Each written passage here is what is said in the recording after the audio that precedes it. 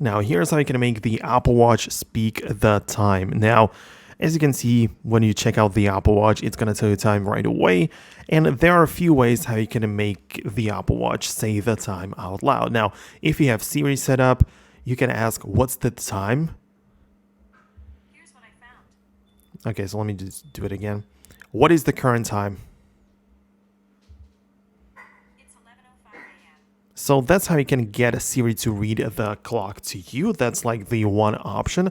But if you don't have Siri set up, or if you don't want to speak to your Apple Watch to make it say time, there are some options as well. So if you open up the Watch app on an iPhone, which is paired to this Apple Watch, you're going to be able to get inside of the clock section. And in here, we've got speak time. And this is a feature which naturally can be turned on or off depending on your preference. But when it's turned on, you can hold two fingers on the watch face to announce the current time.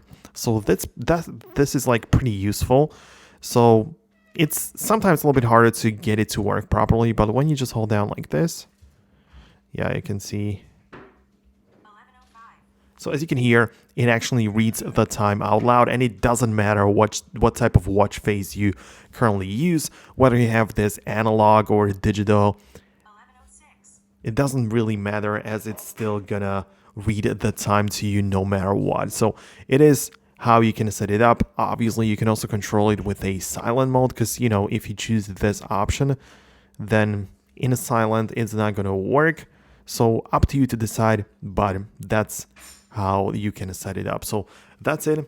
That's gonna be the end of the video. I'm gonna wrap it up. Hit the thumbs up if you liked the video, but subscribe so you never miss videos like these in the future. I'm gonna see you guys later.